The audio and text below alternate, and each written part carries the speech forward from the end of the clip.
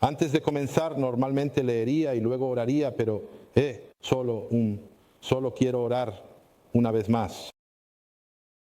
Oren conmigo, iglesia. Padre Celestial, buscamos tu verdad y tu presencia esta noche.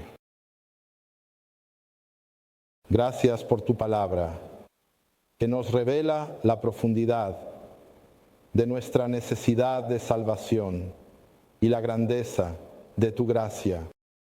Te pido que abras nuestras mentes para entender, nuestros corazones para recibir y nuestras vidas para ser transformadas por el poder de tu Evangelio. Que tu Espíritu Santo nos convenza, nos anime y nos renueve mientras aprendemos lo que realmente se necesita para la salvación.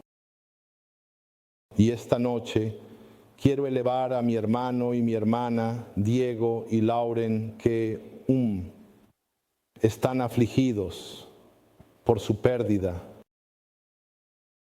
Tu palabra nos dice que estás más cerca de los quebrantados de corazón. Y hoy te pedimos que los rodees con tu consuelo, con tu paz y con tu fortaleza. Abrázalos en tus amorosos brazos. Recuérdales tu fidelidad. Que continúes dándoles la esperanza que solo viene de ti. Que encuentren descanso en tu presencia, sabiendo que eres un Dios que ve, que se preocupa y que sana. Te entregamos este tiempo, sé glorificado. Señor, incluso mientras continuamos escuchando, en nuestra respuesta a tu verdad, y oramos esto en el precioso nombre de Jesucristo, nuestro Señor y Salvador. Amén. Así que el título de mi mensaje es ¿qué se necesita para la salvación? Y estamos en el libro de Tito, capítulo 3. Esta es la pregunta más importante que necesitamos hacernos. ¿Qué necesita realmente una persona en la vida?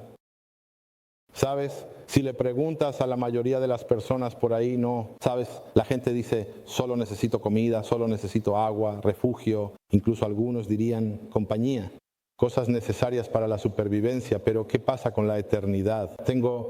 Si alguna vez has estado aquí por primera vez y he hablado contigo y no estaba seguro si eras creyente, una de las preguntas que siempre te haría es, ¿sabes si vas a ir al cielo o al infierno? Esa es la pregunta definitiva que todos necesitan responder. ¿Qué va a pasar si murieras hoy? Jesús preguntó una vez, ¿de qué le sirve a una persona ganar el mundo entero, perder su alma? Eso está en Marcos capítulo 8. Dicho esto, la mayor necesidad para los hombres y las mujeres, para cualquiera, para una persona, es la salvación, no la mejora, no la autoayuda, sino un rescate completo del pecado y la separación eterna de Dios. Y hoy responderemos estas preguntas cruciales del Tito capítulo 3, del 3 al 7. Y rezo para que esto revele lo que se necesita para la salvación. Responderemos 3 preguntas. ¿Qué? ¿Por qué necesitamos la salvación? ¿De dónde viene la salvación? ¿Y qué produce la salvación? Ninguna otra necesidad en la vida se compara con esta. Si no conoces a Cristo esta noche, esta será la verdad más importante que jamás escucharás. Si eres creyente, este pasaje no solo te recordará por qué necesitamos la salvación, que es una obra de gracia y no de tu esfuerzo. Así que ahora, nuevamente, al dirigirnos al libro de Tito, vamos a leer del capítulo 3. Y comenzaremos en el versículo 3 para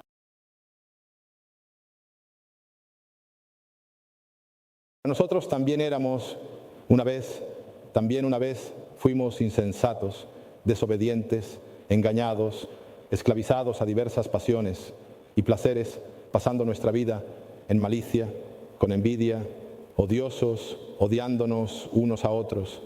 Pero cuando la bondad de Dios, nuestro Salvador, y su amor por la humanidad aparecieron, Él nos salvó, no sobre la base de obras que hayamos hecho en justicia, sino según su misericordia, por el lavamiento de la regeneración y la renovación, por el Espíritu Santo, a quien derramó abundantemente sobre nosotros por medio de Jesucristo, nuestro Salvador, para que siendo justificados por su gracia, fuéramos hechos herederos según la esperanza de la vida eterna. Mis 3 puntos son simples. Es la necesidad de salvación, la fuente de la salvación y los resultados de la salvación. Nuevamente, ustedes entienden que si un hombre se está ahogando, si fueras a ayudarlo, no necesita instrucciones, solo necesita un Salvador. De la misma manera, los pecadores están indefensos, están perdidos, incapaces de salvarse a sí mismos. Algunas personas usarían la metáfora incorrecta y dirían que el pecado es una enfermedad que te corrompe. Pero la verdad es que sabemos que no estamos, que nosotros simplemente no es una enfermedad, estamos muertos en delitos.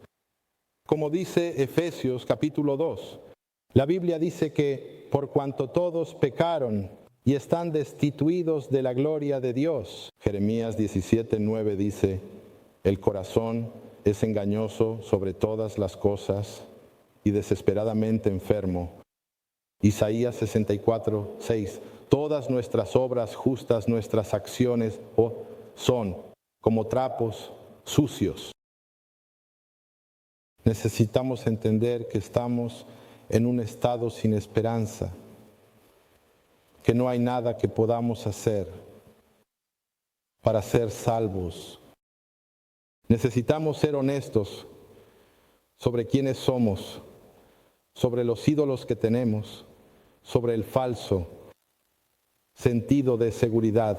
Cualquier cosa a la que nos aferremos que reemplace a Cristo como número 1, necesitas soltarla, necesitas rendirte. Las Escrituras son claras en que si tu brazo derecho te hace pecar, córtalo. Si tu ojo te hace pecar, sácalo. La Biblia es clara sobre lo que necesitas hacer. Incluso dice que si necesitas elegir entre tu familia, tus hermanos, tus hermanas, tu mamá y papá, necesitas dejarlos ir. No es Dios en las Escrituras es tan claro que no pueden, no hay nada que pueda hacer. Nada puede convertirse en así que Dios tiene que ser el número 1. Y después de eso no puede haber un número 2, número 3. Dios es uno, solo, y eso es todo. Y al hablar de nuestra depravación, no significa que seamos tan malvados como podríamos ser, sino que el pecado nos ha corrompido en todos los aspectos de nuestra naturaleza humana. Romanos capítulo 7, versículo 17-18 dice, porque yo sé que en mí, es decir, en mi carne, no habita nada bueno, porque el querer está presente en mí, pero el hacer, el bien, no lo está. ¿Qué podemos hacer a pesar de saber que sabemos que necesitamos salvación?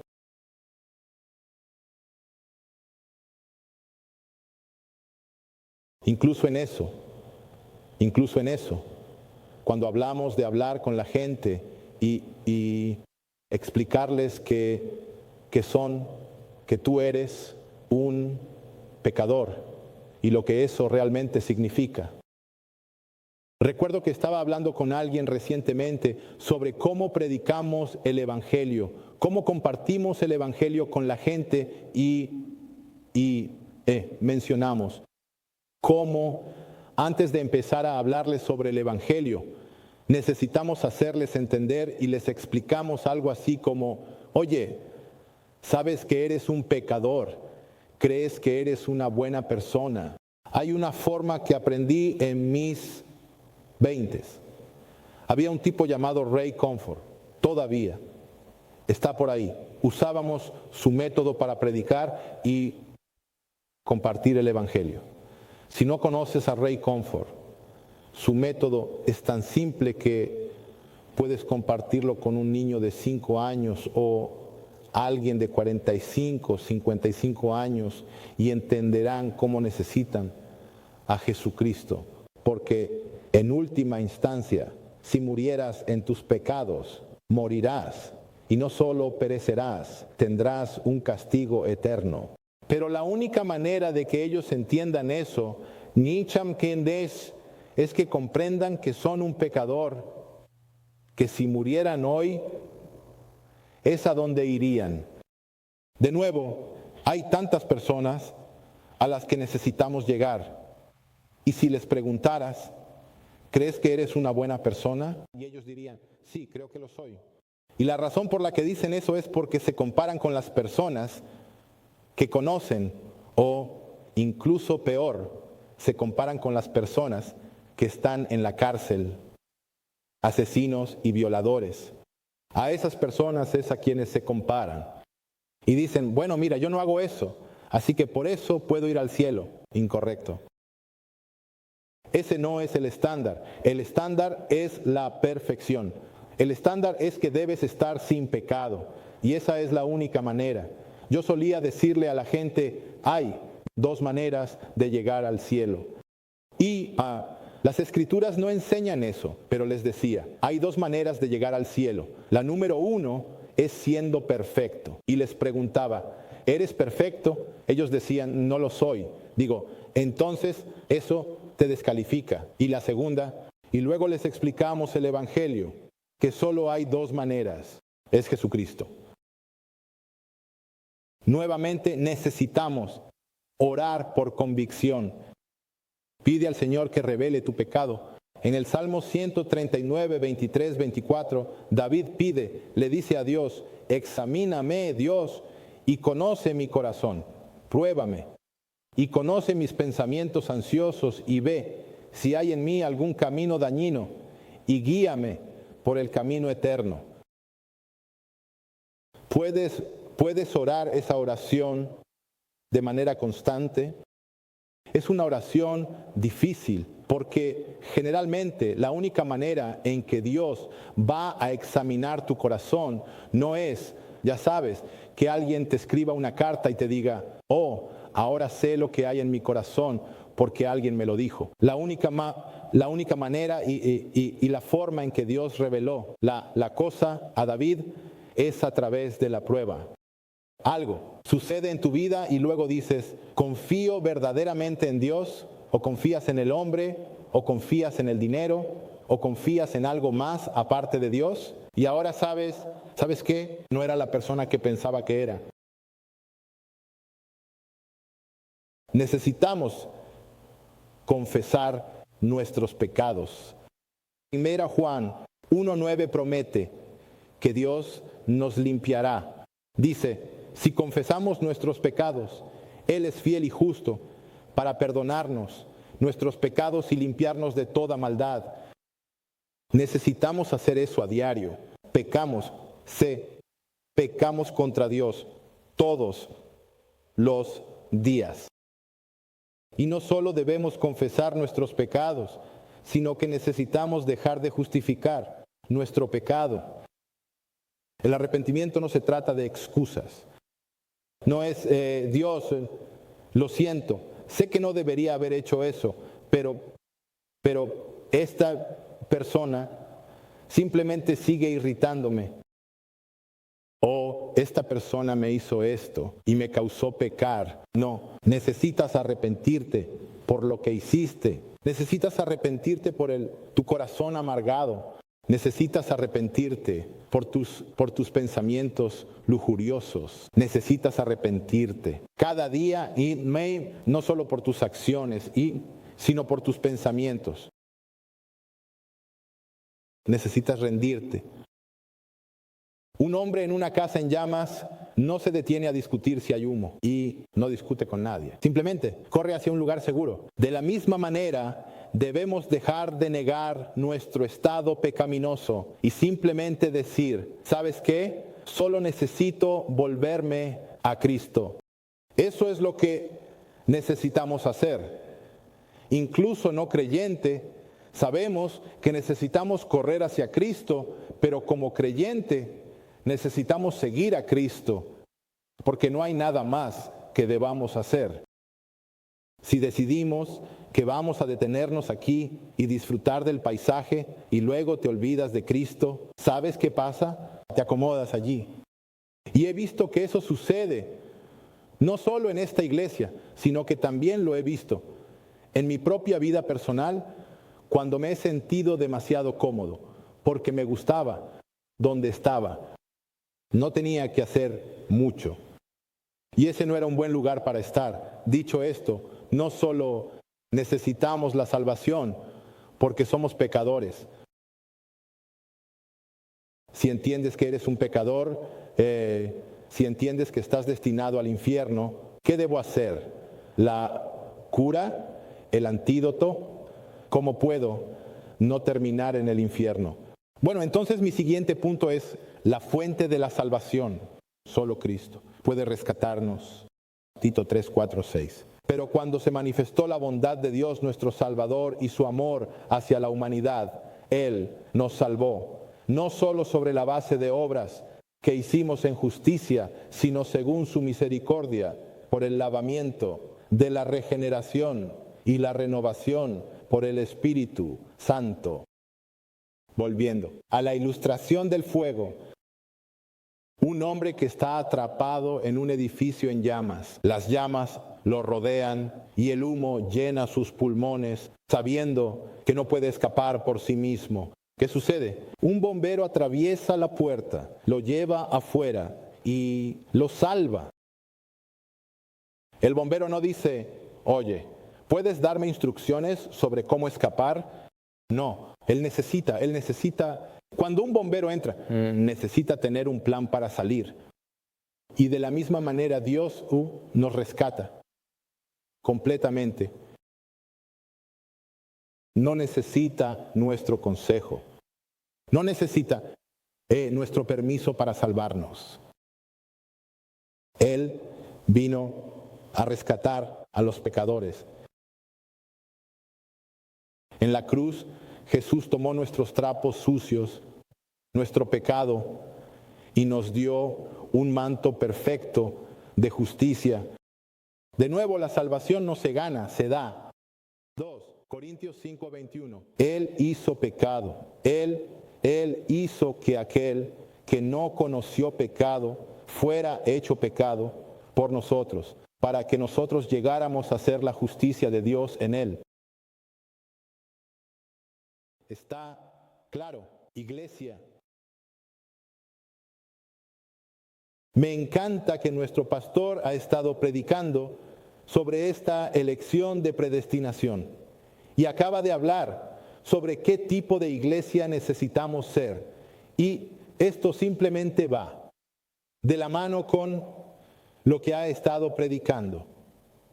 Así que ha sido una bendición, es una bendición para mí poder compartir esta porción de las Escrituras. Pero rápidamente quiero hacer una breve parada porque quiero explicarte lo que algo que tiene que ver con este pasaje, porque si tienes la NSV, sí, dice en el versículo 13, versículo 4, pero cuando se manifestó la bondad de Dios nuestro Salvador y su amor por la humanidad,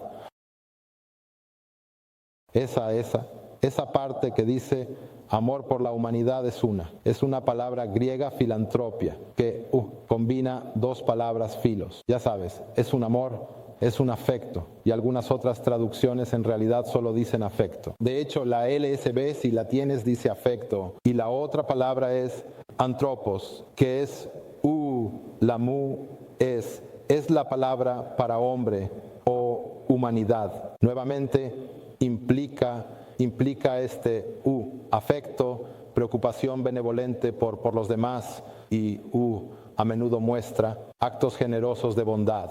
En la Biblia, la forma en que se usa es para Dios, está ligada a su misericordia y gracia hacia la humanidad caída. Y eso es algo que no. Diríamos, cada vez que dice amor, usaríamos la palabra agape, pero no dice eso. Por eso los traductores de la LSB dijeron afecto, porque no es el mismo amor que Dios, el amor que Él tiene por sus propios hijos.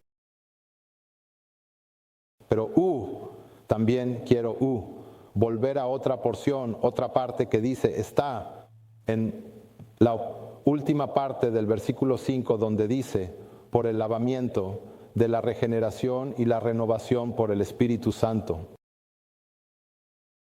Algunos interpretan el lavamiento de la regeneración como una referencia a la regeneración bautismal. Creen necesario el bautismo en agua para la salvación. Sabes, nosotros, el seminario y hermenéutica, usamos el método literal, gramatical e histórico, también conocido como LGH. Y eso básicamente significa que, si es un significado literal, se toman las palabras en su sentido normal y llano, a menos que el contexto indique lo contrario. Y también tenemos la estructura gramatical, analizas la sintaxis, el uso de las palabras y determinas el significado preciso, y también el contexto histórico. Entiendes el trasfondo cultural, histórico y teológico del pasaje.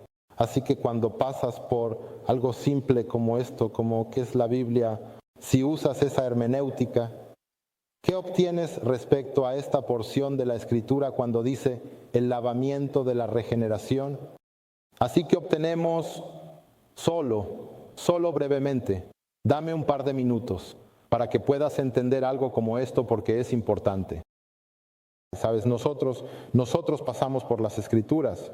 Acabo de recordar, el pastor Ulises fue a predicar a una iglesia diferente y predicó sobre algo y le agradecieron mucho porque esa iglesia había decidido que iban a omitirlo porque era demasiado controvertido.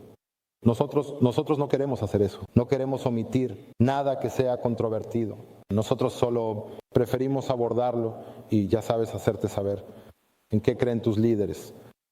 Dicho esto, el contexto literal, ¿verdad? ¿Cuál es el contexto literal? El significado griego de lavar es la palabra griega es lutron, y a menudo se usa metafóricamente para la limpieza espiritual, que, como en Efesios capítulo 5, cuando dice el lavado de la palabra, cuando habla del hombre y la esposa. Ahora, regeneración es otra palabra griega que significa nuevo nacimiento o renacimiento.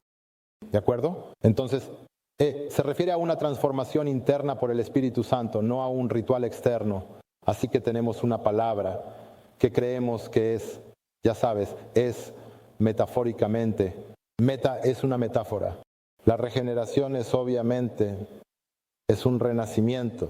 Ahora, obviamente, sabemos que no es literal, porque eso no es lo que sucede. Y luego tenemos renovación.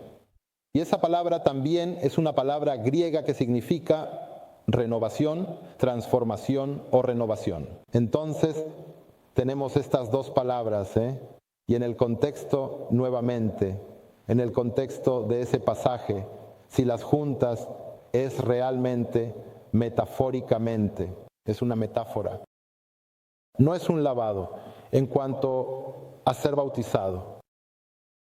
Así que vamos a lo gramatical. Y esto es muy simple. Obviamente todo esto podría ser, te adentras realmente en esto y es solo, puedes escribir mucho al respecto, pero la frase lavado de regeneración, renovación del Espíritu Santo es un solo concepto, es un solo acto. Así que no son dos cosas diferentes. Cuando lo miras gramaticalmente, no son dos cosas diferentes que están sucediendo.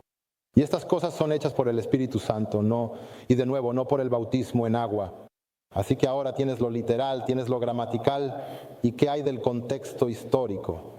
Sabemos que Pablo está tomando de Ezequiel capítulo 36, donde Dios promete rociar agua limpia y darnos un nuevo corazón, simbólico de la limpieza espiritual, no un acto físico.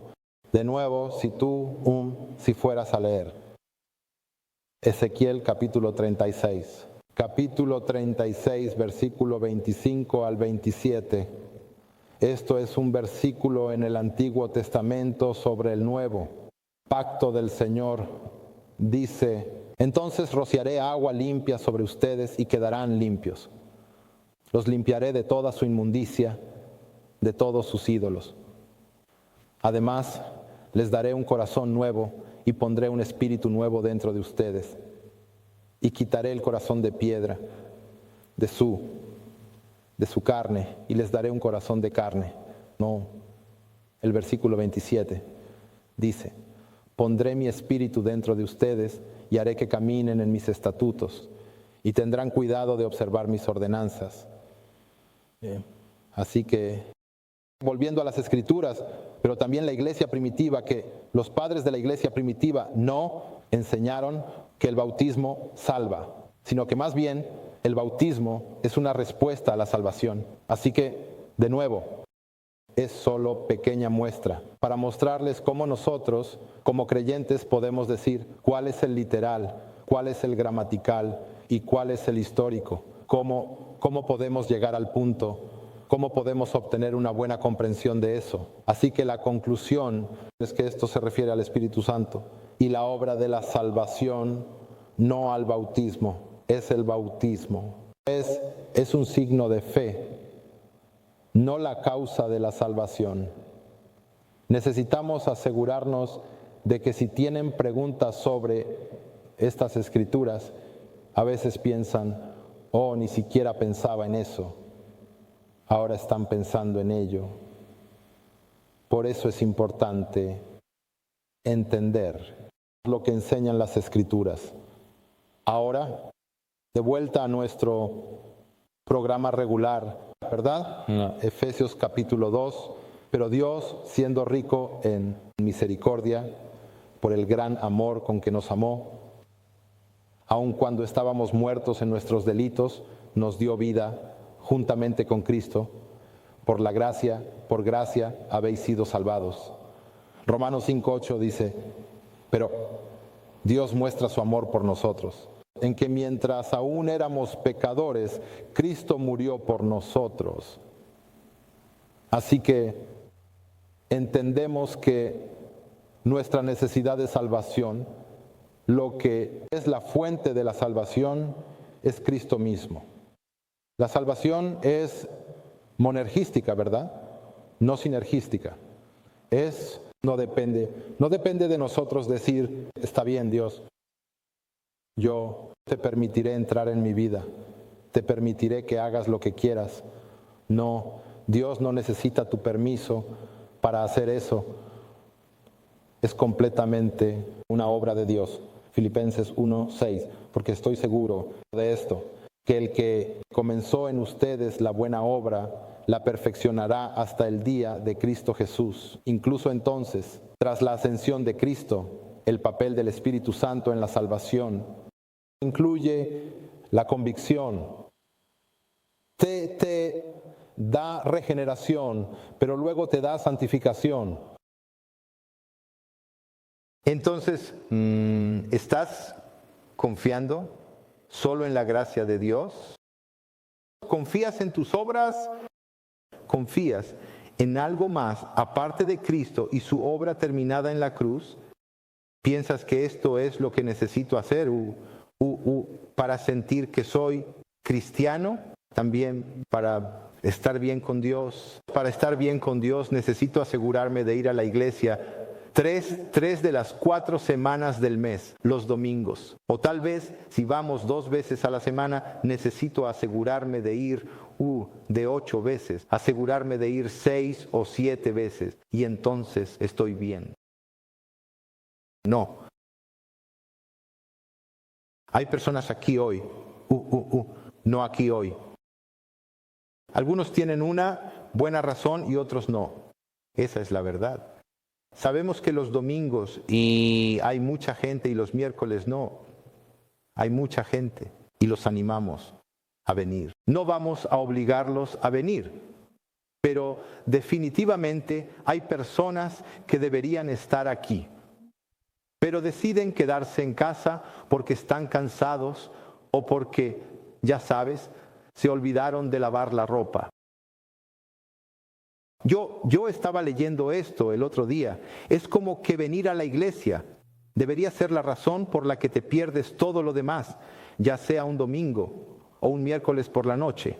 La iglesia es la razón por la que deberías perderte todo lo demás. Esa es la razón por la que deberías eso. ¿Sabes por qué no pude ir a la reunión familiar o no pude ir, ya sabes, al partido de béisbol? Porque tenía que ir a la iglesia. Y ellos dirían, ¿qué? Eso es una locura. No, así es como, sí, tiene que ser así, porque entonces se convierte en lo contrario. Estás como, bueno, decidí ir allá, por eso me perdí la iglesia. Y ahora tienes muchas excusas, muchas razones por las que no fuiste a la iglesia. Y piensas que es una buena, piensas que es suficiente. Necesitas confiar en que la gracia de Dios es suficiente. ¿Realmente crees eso?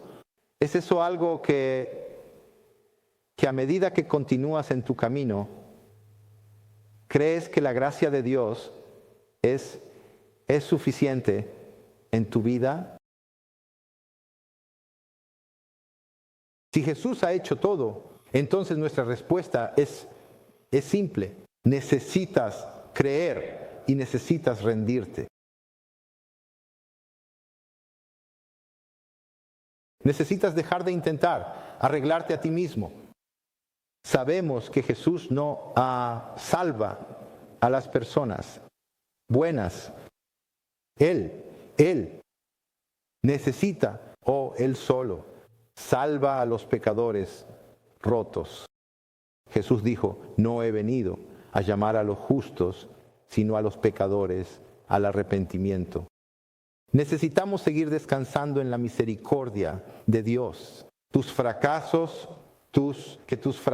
diarios, ya sea pequeño o grande, Dios no distingue con tus pequeños F. Quiero decir, fallamos. Hombre, si nos sentáramos aquí y nos contáramos sobre nuestros fracasos, nos sentiríamos avergonzados.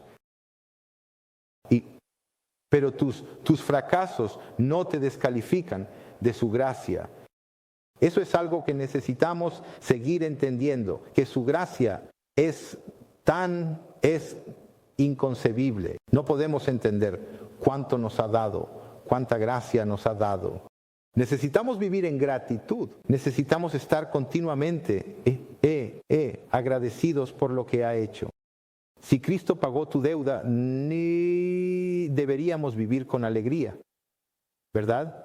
No es así como nosotros, como creyentes, venimos el domingo o el miércoles o cualquier otro día. Necesitamos estar Hay momentos en nuestras vidas, por supuesto, no vamos a estar sonriendo todo el tiempo, pero nuestra predisposición, la forma en que se supone que debemos estar cada día, la gente debería saber que hay alegría en tu vida.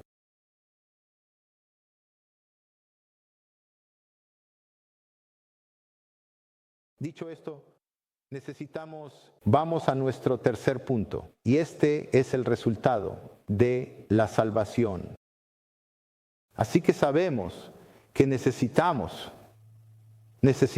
la salvación. Tenemos una fuente de salvación que es Cristo. Así que necesitamos ser pecadores. Entendemos eso. Necesitamos a Cristo. Y el resultado de la salvación es una vida transformada. Tito 3, 7, 8 dice, para que, justificados por su gracia, seamos hechos herederos conforme a la esperanza de la vida eterna, para que los que han creído en Dios se esfuercen en ocuparse en buenas obras. Un huérfano de la calle vive con harapos, lo sabemos, mendigando por sobras. Si un rey adoptara a este hombre, este niño, lo vestiría con ropas reales y le daría una herencia. Ya no sería un mendigo. Esta persona, este niño, este hijo, sería el hijo de un rey. ¿Sabes lo que nos pasa? A veces es que no creemos eso, y vivimos como mendigos y siempre vivimos nos estamos condenando a nosotros mismos cuando Dios no ha hecho eso.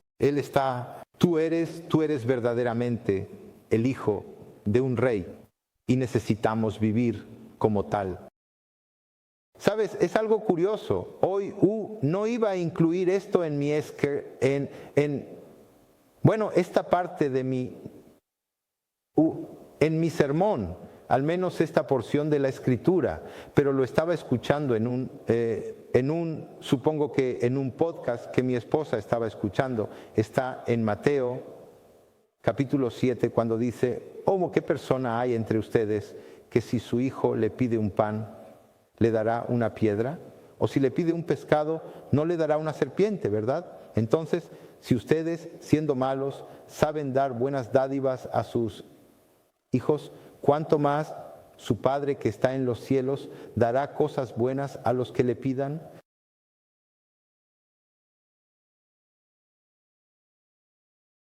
No es cierto que nosotros,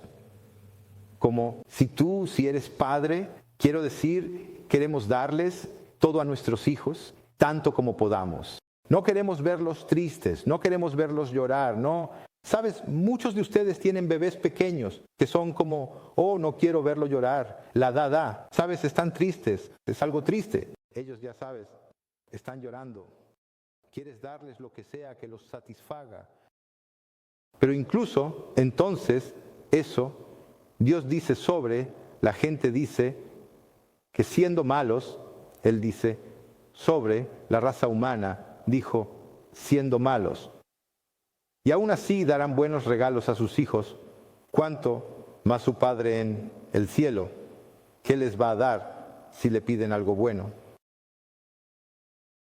Lo he visto. En realidad, ¿sabes qué? Eso en realidad, hay cosas que, ya sabes, hay cosas que todos tienen cosas que te irritan y realmente te molestan y todos tienen eso. Una de las cosas que me irritan y como realmente me molesta es cuando hombres y mujeres por igual son esta actitud de pobre de mí sobre ellos. Es como, pero cuando miras sus vidas, dices, ¿por qué esto no tienes nada de qué quejarte? Eso para mí es realmente es una de las cosas por las que tengo que seguir pidiendo al Señor que me muestre más compasión hacia las personas de esa manera, que actúan de esa manera, porque yo no puedo. No entiendo eso en un sentido, sí, bueno, no entiendo eso. Yo sé que está mal que hagan eso, pero me irrita, realmente me molesta un poco, porque tienen, especialmente si eres creyente y piensas en las Escrituras, en las que confías como promesas y entiendes lo que Dios ya nos ha dado, y aún así eres de esa manera, simplemente me pregunto, ¿por qué? Quiero decir, tú intentas animar a la gente y seguir compartiéndoles las Escrituras, pero eso es algo que No, ha sido así por un tiempo para mí. Sin embargo, en Cristo pasamos de ser huérfanos espirituales a herederos. Romanos 8:17 dice, y si somos hijos, también herederos, herederos de Dios y coherederos con Cristo, si es que padecemos juntamente con Él, para que juntamente con Él seamos glorificados. Entendemos ahora que la justificación lleva a la santificación, dentro de lo cual resulta en glorificación. La verdadera fe siempre producirá fruto, porque la gracia transforma a un creyente. Si un día dices, he entregado mi vida a Cristo, he rendido mi vida a Cristo, y luego la próxima vez que te veo, estás por ahí bebiendo, emborrachándote, o la próxima vez que te veo, escucho que estás, o me dices que estás fornicando y siendo desobediente y no tienes ninguna convicción en absoluto, no, ni siquiera te sientes mal por ello, ¿sabes qué voy a concluir? ¿Sabes qué voy a decir? Y de hecho, deberías concluir lo mismo.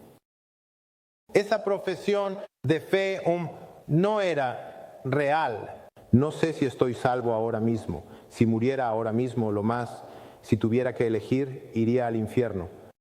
Eso es lo que tendrías que concluir si estás siendo desobediente, si no estás obedeciendo a Dios. Está claro lo que Dios ha dicho. Él dice, ¿por qué me llamas Señor? Esto es Lucas capítulo 6. ¿Por qué me llamas Señor, Señor y no haces lo que digo? Si no estás haciendo lo que Dios te ha llamado a hacer, entonces Él no es tu Señor y tú no eres un hijo de Dios. Santiago 2:17.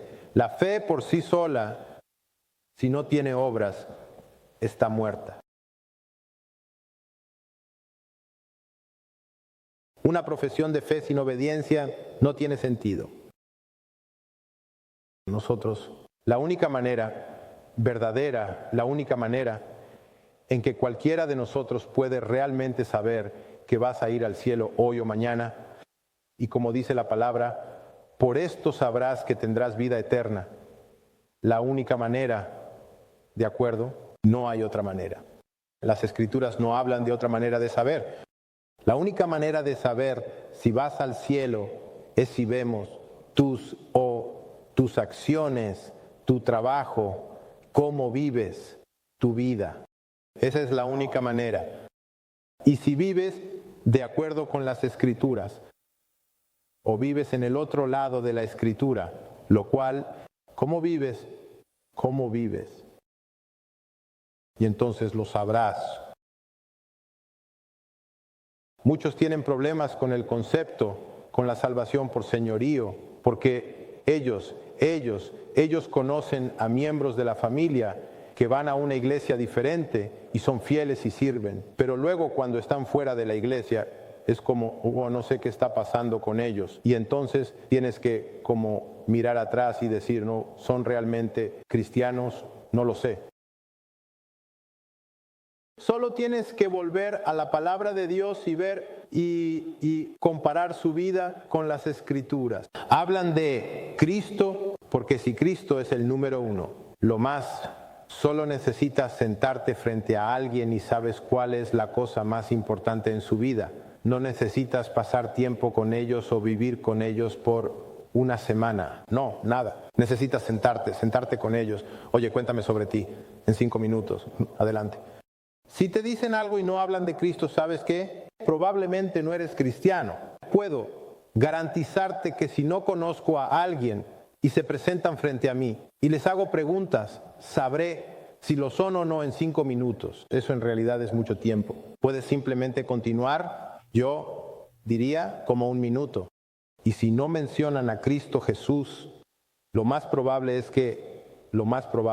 no estoy diciendo que sea 100%, pero te digo, no son creyentes La salvación no es solo un rescate, como siempre he estado hablando, es una adopción en la familia de Dios.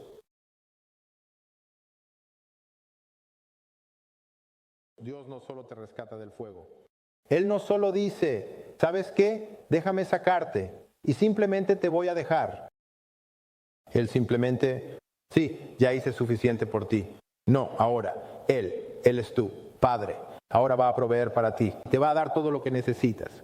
Y número uno, lo primero que te da es su Espíritu Santo. Porque sin su Espíritu Santo no podrías hacer nada y estarías como Dios, tú, quiero vivir obediente, pero no puedo.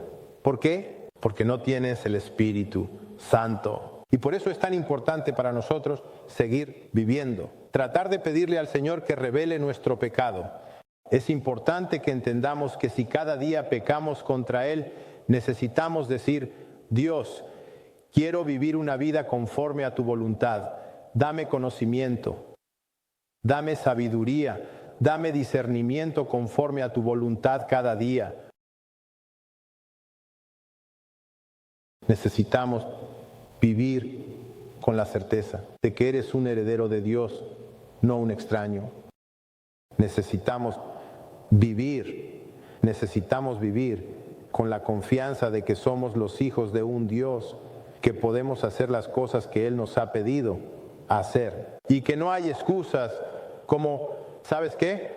No tuve un padre y no crecí con mi papá y por eso estoy así a los 35. No, esa no es la razón por la que eres así. No eres así porque no amas a Dios. Necesitamos servir a los demás.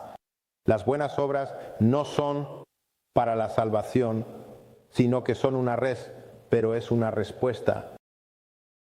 Entonces, no creemos que las obras te llevarán al cielo, ¿verdad? Incluso si hablamos de que necesitas asegurarte de tener obras, pero las obras no te llevarán al cielo. Así que no me malinterpretes porque mucha gente dice, bueno, no prediques. Si empiezas a predicar la salvación por señorío y la gente va a tener la idea equivocada. No me importa.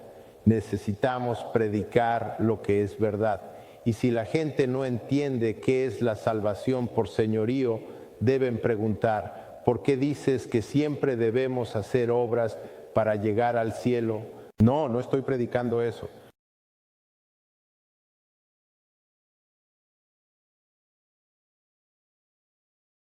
Efesios 2:10, porque somos hechura suya, creados en Cristo Jesús para buenas obras, Dios preparó para que anduviésemos en ellas. Necesitamos seguir fijando nuestros ojos en la eternidad. Necesitamos vivir con la esperanza del cielo. Colosenses 3:1-2 dice, por lo tanto, si habéis resucitado con Cristo, buscad las cosas de arriba, donde Cristo está, sentado a la derecha de Dios. Poned la mente en las cosas de arriba, no en las cosas de la tierra.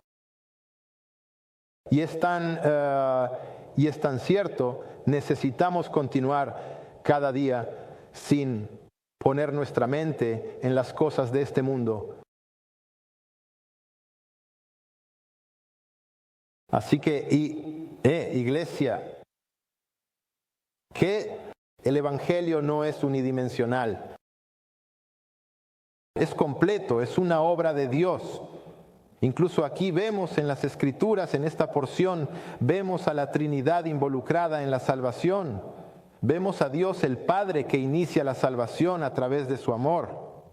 Y luego vemos a Dios el Hijo que lleva a cabo la salvación a través de su muerte y resurrección.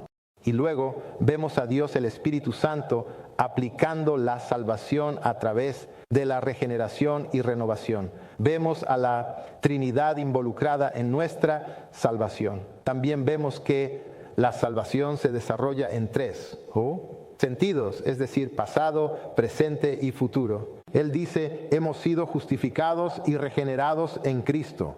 Bien, eso fue pasado y ahora estamos en el presente.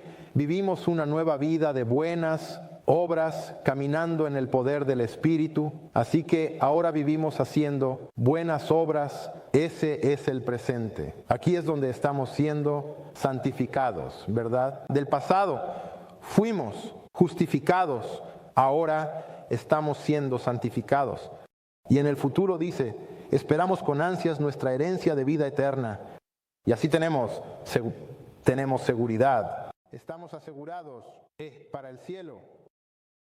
Así que esa es la glorificación. Vemos esto en esta pequeña porción de la Escritura.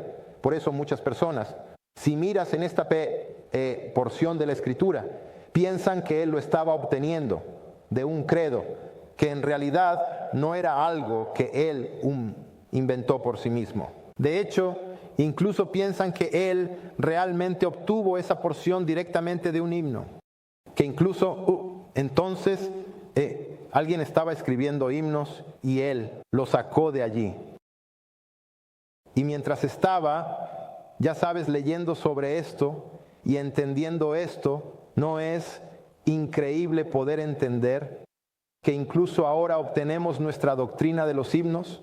Cuando leemos esto, cuando comenzamos a adorar y escuchamos estas palabras y las cantamos y significan algo para nosotros,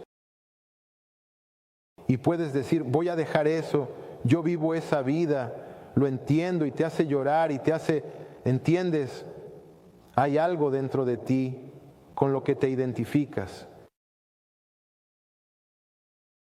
Y por eso, algo tan poderoso y solo estos versículos tan cortos no es solo un evangelio superficial, es una plenitud de la salvación de Dios, no un evangelio donde la gente dice, ¿sabes qué? Dios tiene un plan perfecto para tu vida. Eso no es el evangelio.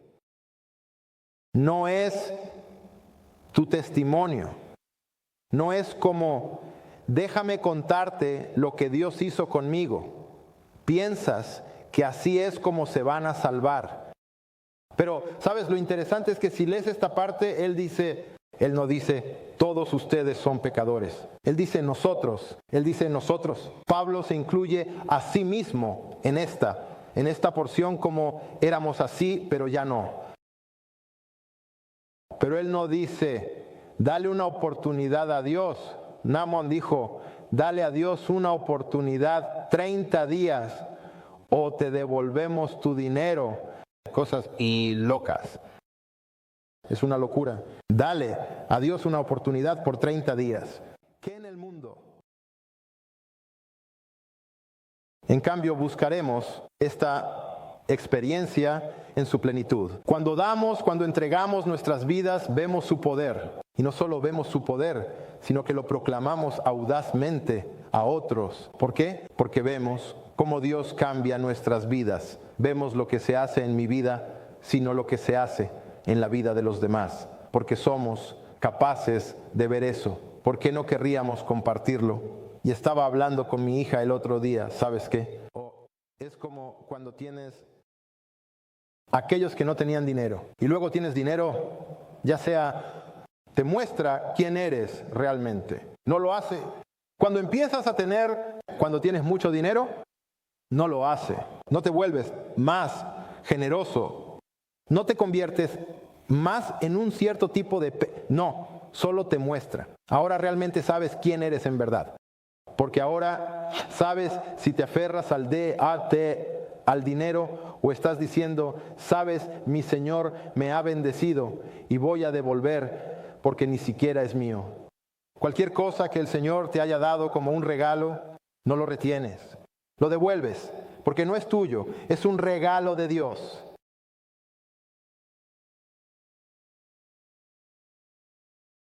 Que nunca estemos satisfechos con una visión diluida o distorsionada del Evangelio. El Evangelio es claro. El Evangelio es poderoso.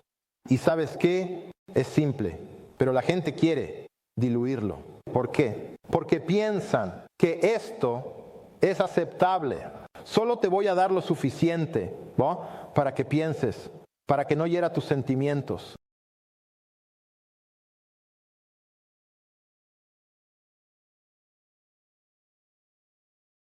La pregunta es, ¿has recibido verdaderamente esta salvación? Esa es la pregunta para aquellos que están aquí. ¿Has recibido esta salvación? También, ¿estás viviendo en la plenitud de la gracia de Dios?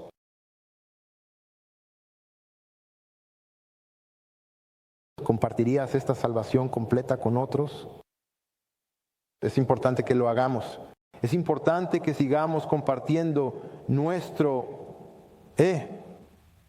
Incluso el apóstol Pablo dijo, mi evangelio. Incluso dice eso. En la Escritura se refiere a sí mismo, mi evangelio. No es que él lo posea, sino que se identifica con ello. Quiere que sepas que esto es algo que considero mío. Esto es lo que necesitamos para la salvación. ¿De acuerdo? Sabemos que estamos ahogándonos en el pecado, que somos incapaces de salvarnos a nosotros mismos, que necesitamos salvación y nuestra fuente de salvación es Cristo. Él es nuestro rescatador, Él es nuestro redentor y nos salva completamente por gracia. Y porque ahora estamos salvados, vemos el resultado de la salvación cuando ahora somos adoptados, transformados y estamos destinados a estar con Él por toda la eternidad. Necesitamos acercarnos a Cristo con fe diariamente. Si no eres creyente, necesitas acercarte a Cristo con fe hoy. Y una vez que te acerques a Cristo con fe, necesitamos caminar con seguridad y ser transformados diariamente. Necesitamos vivir como hijos de Dios, no como hijos del diablo. Ven a Cristo hoy, chicos, iglesia, y Él lo hará.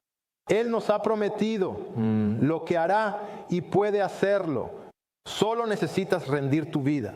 Eso es todo lo que te está pidiendo que hagas. No te está pidiendo que hagas nada. Él dice, ya he hecho el trabajo. Solo necesitas rendirte. No te está pidiendo nada más. Es muy claro, pero nosotros, debido a nuestra naturaleza pecaminosa, necesito hacer más. Necesito hacer algo. ¿Qué puedo hacer? Dios no te está pidiendo que hagas nada. Dios va a hacer el trabajo. Porque si piensas que puedes hacer algo, lo que sucede es que te conviertes en Él. Te das demasiado crédito, pero Dios merece toda alabanza, todo el honor, toda la gloria. No te mereces nada, nada. Oremos, iglesia. Padre Celestial, gracias por tu verdad, la verdad de tu palabra y el regalo de la salvación a través de Jesucristo. Señor, reconocemos que estamos perdidos. Te suplicamos, pero solo porque tú nos buscaste primero, Señor. Que estábamos muertos, pero tú nos diste vida. Hiciste que este mensaje que escuchamos hoy echara raíces en nuestros corazones y que pueda producir fruto en nuestras vidas. Señor, ayúdanos a caminar en fe, obediencia y gratitud, sabiendo que nuestra salvación es solo por gracia, solo a través de la fe, solo en Cristo. Nuevamente, te pido que fortalezcas a aquellos que están luchando, que convenzas a aquellos que necesitan volverse a ti y que animes a aquellos que buscan crecer. Señor, al salir de aquí, que no seamos solo oyentes de la palabra, sino que seamos hacedores, viviendo la plenitud del Evangelio en nuestras vidas diarias. Que la paz y la gracia de tu amor estén con todos nosotros. En el poderoso nombre de Jesucristo oramos. Amén.